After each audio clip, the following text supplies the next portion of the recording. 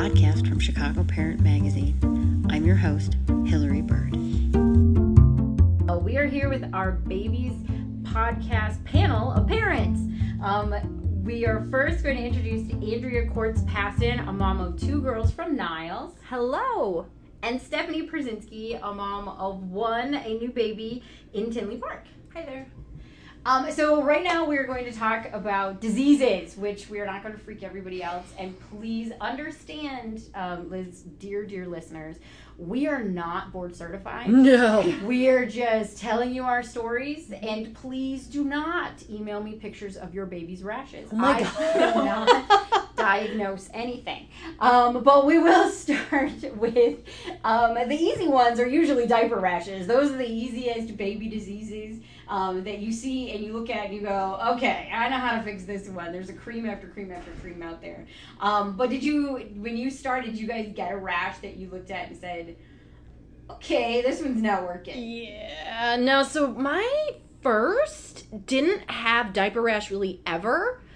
Second, all the time, because that's how that works. My daughter has, this is not related to diaper rash, but she has hemangiomas, which are they're actually called vascular tumors. She doesn't have tumors. That sounds very scary, but we're treating them, and so she goes to a dermatologist. Mm-hmm. And, which is nice, because whenever there's anything skin weirdness, I just ask the dermatologist. So Audrey gets lots of diaper rashes. These weren't going away. And it was like, you look at them and it's bright red, and you're like, oh, that doesn't look fun, and you feel so bad for them. I learned 40% zinc. Mm-hmm. That's what you're supposed to look for. Wow. And then Aquaphor. Yes. That's I'm like in the movie My Big Fat Greek Wedding, where everything is Windex. Aquaphor. Uh-huh. So like if somebody sent me a picture of a rash, I'd be like, put some Aquaphor on it. Start there. Just put Aquaphor always. So I learned that because you get all like the Desitin and this and all that, and you're like, it's not working. And I mean that, and then the weird thing is that I didn't know this, that babies can get yeast infections. So, yeah. Which is not like us getting yeast infections. But and it looks very strange. And they actually had us put athlete's foot cream on it. And I was like, I'm sorry, what? It worked. I would recommend speaking to a doctor first before you try this. Yes. Please do not listen to my advice and then be like, Dr. Andrea, because no, that's not a thing. But if the doctor ever says athlete's foot cream, you're not going to be like, I'm going to get another doctor. That's super weird. Kids are they're so weird. That's great. We had that. Both of ours had yeast infections on their neck because of course. Yeah, that's a thing? Oh, yes. Oh my gosh. Especially if you formula feed, they dribble. Right. Very much. And you think you've got it all. Oh, no, the folds. The folds, everything just gets into the folds. And so we would get that. So we were actually prescribed special medication and constantly having to put it on. And yeah, we couldn't believe it. The first time, I don't want to sound silly, the first time I noticed it, it very much smelled like beer. I was like, how is this child? He is 1 month old. You gotta lock the liquor cabinet already.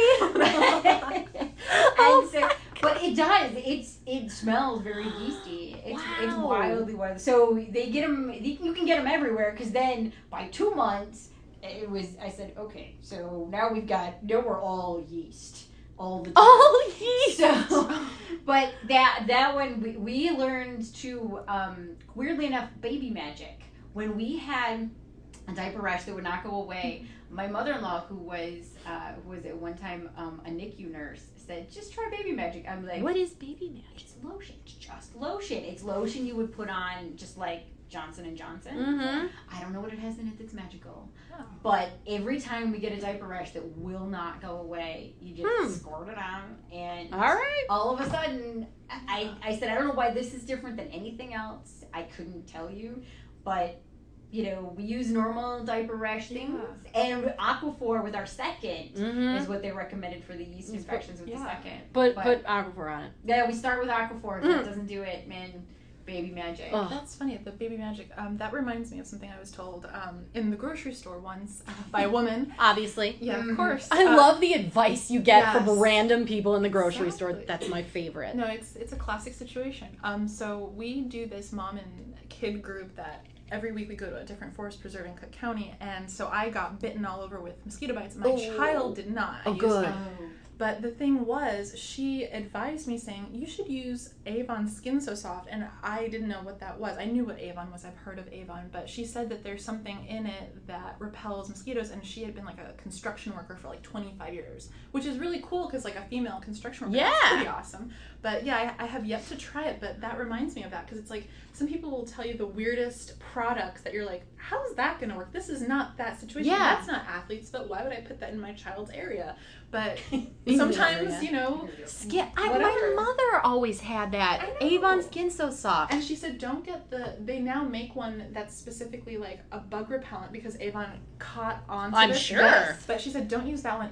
It's actually weaker. Use the original that was just for lotion. Yes. I'm like, really? It is. Yeah. We just got some off because I had completely forgotten about it. Right. And we are getting attacked. Outside, and we let our girls out all the time, and we were just getting attacked in the backyard, and we even getting notices from the city about hey, watch for mosquitoes. Oh gosh! And so I said I need something deep free, and started looking, and I was like, Skin So Soft. My parents used to give us that all the time, and I had completely forgotten. And quick, Amazon. It's amazing. And at which point my husband said, well, don't we need an Avon wrap? I know! I said, Amazon has an Avon rep. Amazon is the rep for everything. Yes, they are. we are golden. So that is the one thing that I am surprised too that the bug bite people didn't immediately tell you hand, foot, and mouth, which is crazy because it presents as a whole bunch of god awful things. And it's like it looks like white, isn't it? Some of it's like white marks. Yeah, it does look like white. Ours, when our oldest got it, it looked like a really bad diaper rash. And then really? It started as a diaper rash. And then she got a fever. And then and we were like, okay, now this is bad. And then you could see it everywhere. I said, what did she get into? And so we took her in and into the pediatrician, and we walked in, and the nurse said, I cannot diagnose. I know exactly what this is. Oh. And we were like, and immediately everything going through my head was like, chicken pox. Oh dear God, she's got chicken pox. Oh no. And so the doctor said, no, she's got hand, foot, and mouth. This is completely normal. Oh. And we of course did what parents do and posted it on the internet. Our kids have hand, foot, and mouth. And to which every friend I know came out of the woodwork and said, here are the 75 awful things you need to look for. Oh, God. At the time, I was 7 weeks pregnant with our second. Oh, no. So I told the doctor, and she said, no problem. You're an adult. You are now immune to this. I said, I'm pregnant. Is that going to be a problem? Absolutely not. You are. You guys, as adults, are never. This isn't going to be an issue. Not only did I get it. Oh, no. I couldn't get rid of it. She was done in like 5 days. Mine kept coming back to the point that my OB finally sent me to a dermatologist. Oh my God. I didn't know adults could get that. I did, and my husband was fine. He's like, of course. He's like, I feel so awful for you guys. I'm like, I'm sure. Oh God. Oh, scary. It was bad. So I can tell you, it's painful when they walk. So it's good if they get it before they're walking. Because it's on their feet, right? On their feet. Oh man. And it's like walking on golf balls. Oh. On the bottom of your feet. Oh my God. Which I wouldn't have known. And a friend of my sister, my sister said that a friend of my nephew's, who is he's now in high school and in the band, that his friend is a clarinetist and gets it at the beginning of every band camp every year. Why? And I'm like, still in high school. Are they sharing instruments? No, she happens to get it. At which point, my sister tells my nephew, don't go near her, don't share a water bottle, don't anything. You don't want to get this as an adult because you're not gonna forget it. Oh gosh. When you're old, it's easier when they're little.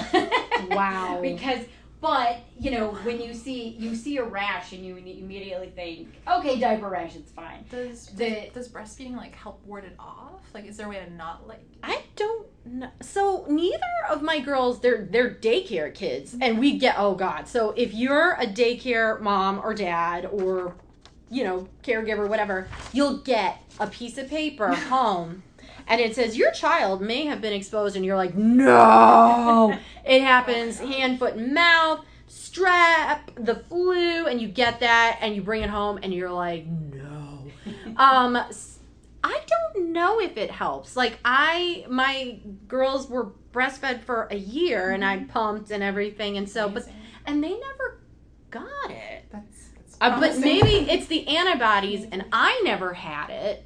I have no idea. Just put, what is it, the thing, just put some breast milk on it. Yeah. No, I read that. I heard that too. Like, I met this mother, she's Middle Eastern. I don't remember, like, her country of origin, but her mother had 11 children. And so when I met her, holy cow. She only had one child, and I don't think she's going to replicate her mom's having She 11. likes her uterus?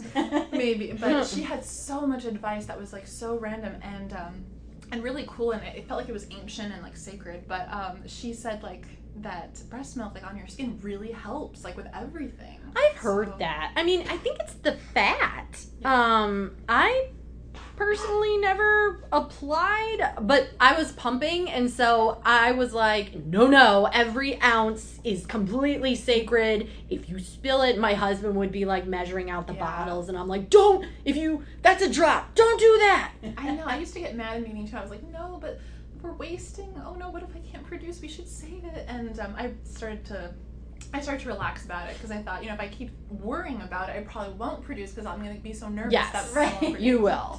But breastfeeding, so when I had my second was like 2 weeks old, and the oldest was still going to daycare. She was 3 at the time, and so I would still send her to daycare because keep her life a little normal, and then also I can focus on the baby. And she came home and she had strep, and here I am with this 2-week-old baby, and I'm like, oh my God. So my husband takes her to the emergency care, and I'm like, I feel awful that I care about the older child. I know she'll be fine, but I'm like, ask the doctor about the infant. Yeah. And they said strep, infants pretty much can't get strep.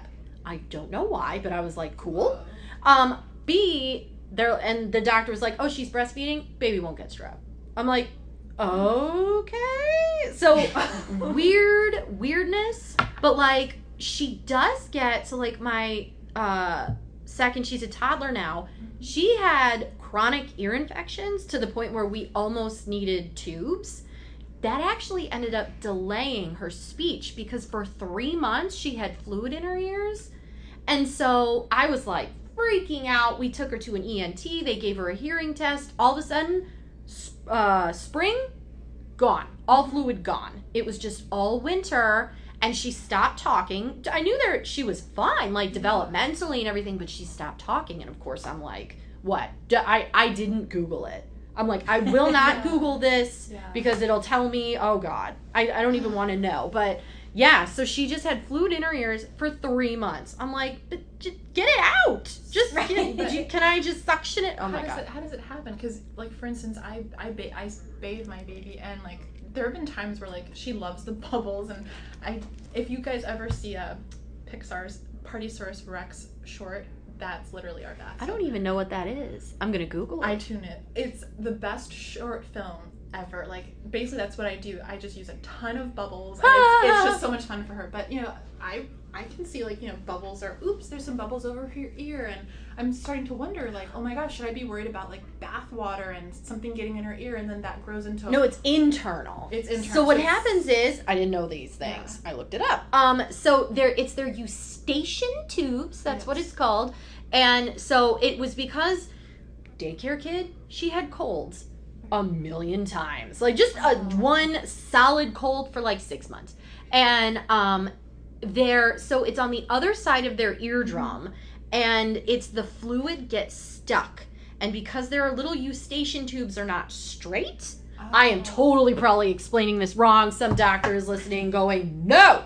Because I would think, like, oh my god, did, like, water get in the baby's ear? And... No, it's the other side. Oh god. It's the other side of their eardrum. And so it's, like, it's stuck there. So it's essentially that it just never could drain out. Okay. So when they put the tubes in, it makes it so that fluid can drain out and not get stuck in there. Okay, so for 3 months, that fluid was stuck in her poor little ears, and she would be pulling on it. That makes me feel better. I feel less guilty about bath time. Oh no, bath time is lovely. Don't stop doing. Although if they do have an ear infection, you're not supposed to get their ears underwater. Yeah, right. That okay. I've so heard then that. I miss associated all that because I was like liquid ear. I know that sounds like bathtub, it. No. So has your daughter? Has she run like a fever yet? Well, we both got a cold a few days before Mother's Day, so she did have a fever. It wasn't too high, but she did have a cold for a couple days, and we did Tylenol, grape flavor, because cherry was awful, and I didn't want my child to experience that. So she did grape. You had like PTSD from... Yes, I do. No, it's true. Like, certain cherry flavors just really rubbed me the wrong way. My mom got me like a huge bottle of pure cherry juice. Ew, what? No, it's supposed to be good. It's supposed to help you with like sleep. Like, it has some... Really? Like, cherries have a lot of something for sleep. If I'm not wrong, they're antioxidant, like a blueberry. Cherry juice is really good for you. But like I did not know that. I had PTSD from cough syrups. Oh god. Oof. But so I did the grape Tylenol, and we both just slept it off. We slept like just hours and hours both days, and by Mother's Day we were good. But so far she's been good. She hasn't gotten anything, and my husband is obsessed with hand sanitizer, so we're very sanitizer family. But at the same time, it's like she loves chewing on my hair. God knows what is in that. Yeah. So I don't want to be too like obsessed about being clean, because I've also heard that if you're too clean, your kid could be like totally like, it's like having a bubble kid. You're shielding them from also getting good bacteria that helps them be strong. Everything you do is wrong. Yeah, that's the moral of the story. So but not too clean. Be clean, not too clean. Yeah. I've thrown in the towel. I mean, what they do at daycare, I'm at a daycare where I can watch them on the camera. It's good. Also sometimes bad, because I watch them do things on the camera, and I'm like at work yelling at my phone going, no, don't put that in your mouth. Oh god. I don't know how, I honestly don't know how, like, they haven't gotten the plague. But at that point too, are you really stopping yourself from going, Cindy, it's in her mouth? Yeah, there was one time I almost called because and then I saw on the camera one of the teachers run over and shove her hand in the little one's mouth. I was like, okay, thank God. I'm getting my money's worth. Thank you. I trust them, but the way they're just like lightning speed in the mouth, and I'm like, oh my God. But no, my girls, one thing I didn't know about children, they run fevers like 104. Yeah. And you call the doctor and you're like, oh my God, should I call 911? What do I do? They're like, how are they acting? I'm like, well, it's surprisingly fine. Yeah. And they're like, are they drinking? Yeah, she's just kind of whining at me. And they're like, no, it's fine. I'm like, I would be dead. Literally, I might actually be dead at 104. We had that when she had the hand, foot, mouth. She was up straight for like 2 nights, and they're saying, okay, is it up crying? I said, no, it's up begging me to play. She just wants to go downstairs and play. Is there a medicine I can give her for that? I said, how do we fix that? They said, well, her attitude is good. I said, yes, but I'm in the first trimester and not good. No. My attitude is not as good. I'm just exhausted. First trimester. So that though is the thing as we move on to is not just keeping our kids healthy, but keeping ourselves healthy. Yes. And we'll bring it up because with you and with a 4-month-old, I'm sure you're hitting that hormonal. Oh God. Postpartum. I'll tell you, when our first was early.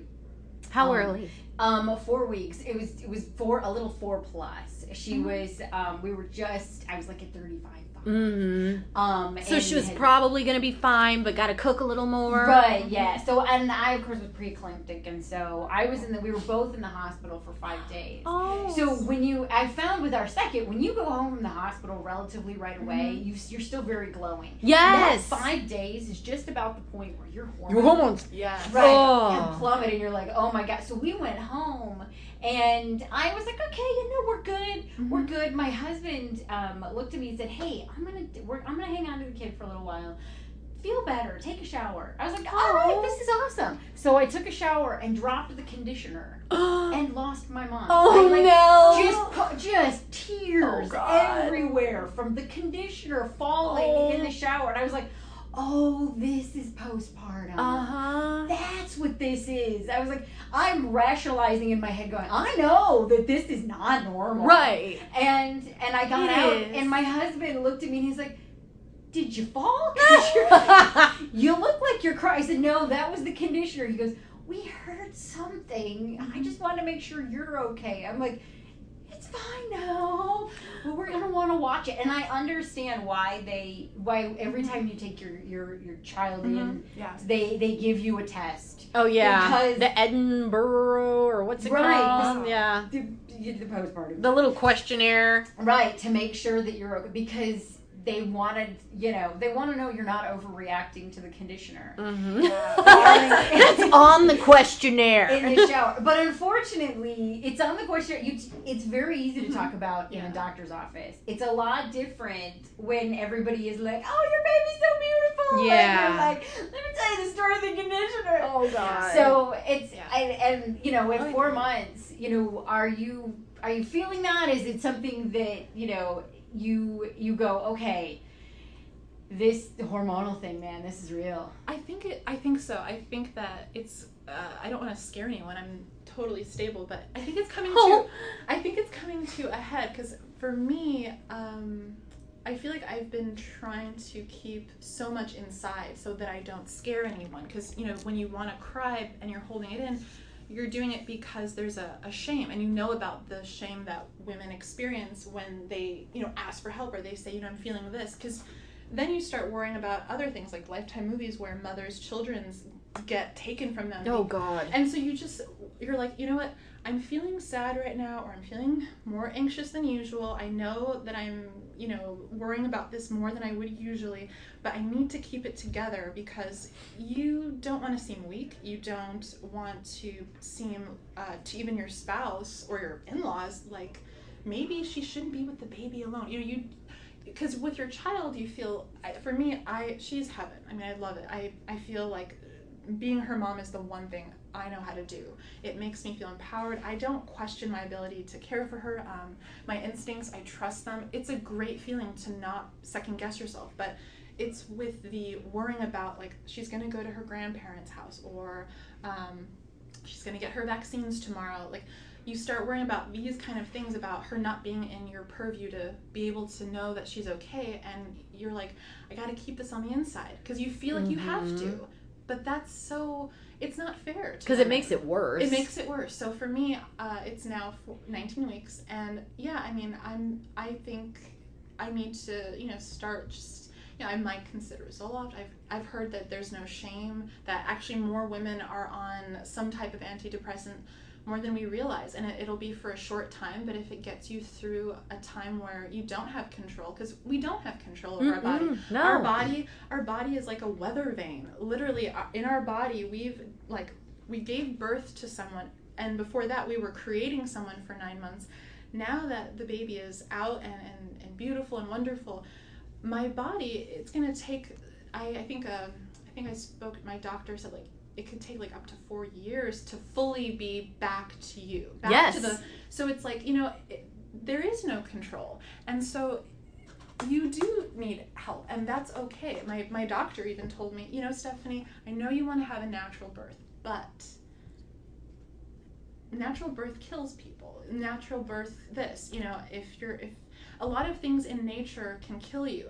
Now that we have medicine and all these interventions that are not natural, they're man-made, they're saving lives. They're keeping us from having to experience those things like dying in childbirth, or your child dying because they got something from something.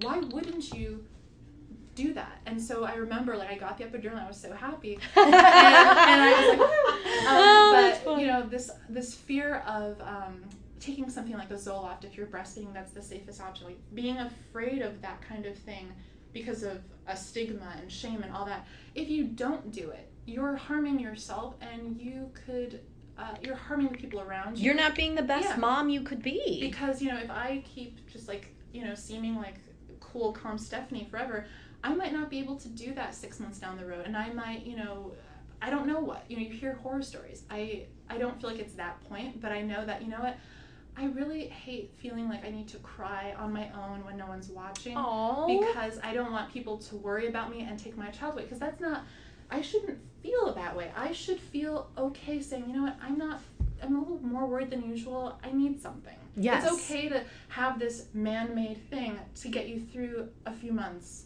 And that's kind of it, because once my body goes back to me, I won't need it. And needing it now is not a bad thing. It's not a bad thing. Me and other women that need it, it's not a bad thing. And I think it's so unfair, the stuff that gets put in our head, that we need to keep it all inside. I think as moms, we just have so much on our plate, and we have these wonderful husbands that, like, help us out. And so they're like, you know, I'm helping you out. Isn't that helping?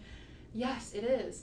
But we still feel like we have to be Superwoman and do it all. We feel like we shouldn't give ourselves a break. I don't know where that comes from, but we do need to ask for help, and we just need to be okay with it and not worry about what people think.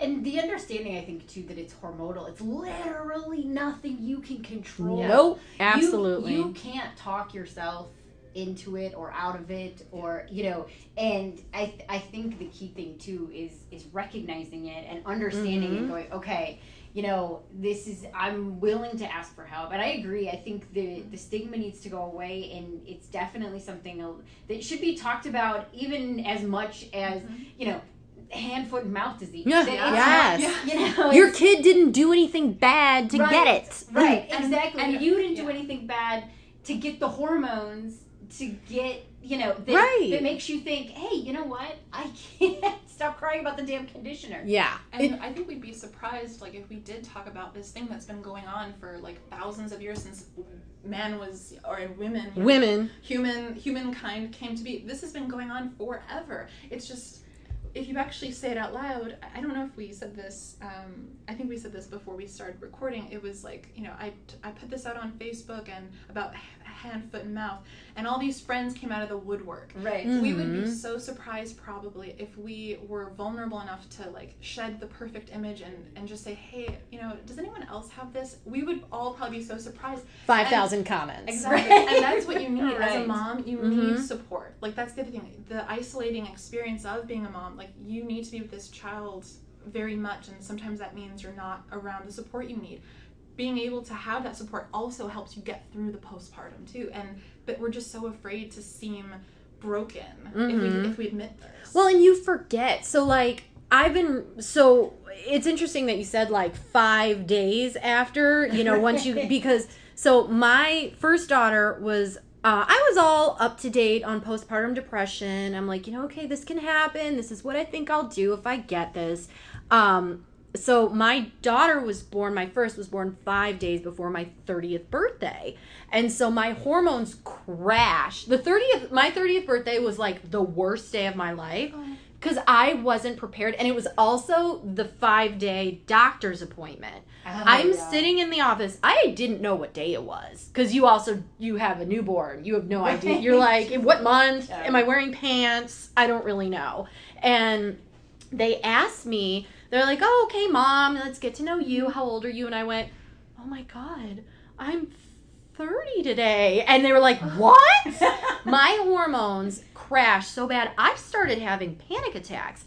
I had never heard of postpartum anxiety. Oh, what's even scarier? I heard about postpartum psychosis. Yeah, oh God. That sounds awful. Oh, that's when, I mean, But again, you're saying people are afraid to talk about it because you don't want them to be like, oh, let's put you in a padded room. Exactly. And I was having these panic attacks, and I was trying to find a doctor who would help me. And every doctor, okay, do you feel like you're going to harm your baby? No, I'm not going to harm my baby, but I can't breathe. I actually had somebody tell me, have you tried breathing into a paper bag? I'm like, what? Is this like Saved by the Bell and I'm like panicking in between class? No. Very special doctor's appointment. Yeah, I'm like, come on. So finally I got somebody just to give me, and I was nursing. There are anti-anxiety medications that you can take that are fine when you're nursing. And I only needed it for, I don't know, a month. Mm-hmm. And then it was fine. But again, like, everybody's like, oh, what's wrong? You know, is it in your head? I'm like, no, this is physical. My head is fine. My head doesn't know what the rest of me is doing. But I was so afraid, like you said, like, I had a friend who, she was having anxiety, called the doctor. Doctor told her to go to the emergency room. She goes to the emergency room. They held her there for 8 hours. Wouldn't let her see her kids. She's like, what am I gonna do? Are you kidding me right now? That makes you not want to. Right. That's where your awful. fear of saying something. Right. I'm not gonna kill myself. I'm not gonna do anything to my baby. I love my baby. I recognize that I'm okay. I just need something. And like you said, that whole aspect of like there's no community anymore is, I'm a total podcast nerd, and I was listening to the concept of like in our modern world we don't have that. Whereas back in the day when there really wasn't any of that nice medical advice that helps your baby live and you live, but you were surrounded by other women who could help you through it, and they'd help you raise your child and teach you how to breastfeed if that is what you're going to do. I mean, I didn't have anybody I learned online. My mother, I mean, you know, our parents, it was the 80s. Nobody breastfed. My mother worked. They were like, that you need time to pump? Well, A, there really isn't a breast pump, and B, that's cute. Get back to work. The irony of that is that, like, for instance, I created a group for Telling Park moms, and, you know, I'm happy that there's, like, you know, at least over 200 moms, but I noticed that there's not a lot of engagement. Like, I think I threw out an idea for a hangout once, and, like, it was crickets, and then, and so there's an irony to it. It's like, I think moms are still kind of afraid to connect somehow. We're also millennials, and we don't like to talk to people. And also, I mean, there's a mixed bag of, like, age groups in the group, but it's just ironic. And then if I, like, walk through my neighborhood and I see a neighbor that's, like, 2 blocks away because they're near the park or whatever, you know, instant connection, great time. Hi, new friend. And then you'll find out, oh, you're in my group? I had no idea. And you're kind of like, but people behave differently online, so it's kind of tricky. Like, we want to create community. Online is facilitating it faster, because, you know, what are you gonna do? Knock on every door and find out if there's a mom behind the door? Yeah. But yet, you know, the way life works, you kind of, when you're looking for it, it's like you can't find it. But when you're not looking for it, it finds you. So I guess I'm too busy for a play group right now. Where were you a year ago? So. But it's funny how that works with connection. I think we're still trying to figure it out now that we have the technology to make it faster. Right, to find people and connect people. Yeah. Thank you both very, very much. Thank you, Andrea. Thank you, Stephanie, for joining us on Masters in Parenting, and talking to us about babies and diseases for all of us. And again, please, we are not doctors. Please do not ask us to diagnose you. No. But take care of yourself. And don't ask Google. No. The number of times, I'm not going to lie as we're closing out here, the number of times I have Googled things in the middle of the night and have gone from, okay, my kid has a cold to, I'm sure this is pink eye. Oh, God. You know, this is early onset pink eye. Your child will go blind. Right, to be sure it's blindness. Oh. Yeah. All right, thank you all very, very much.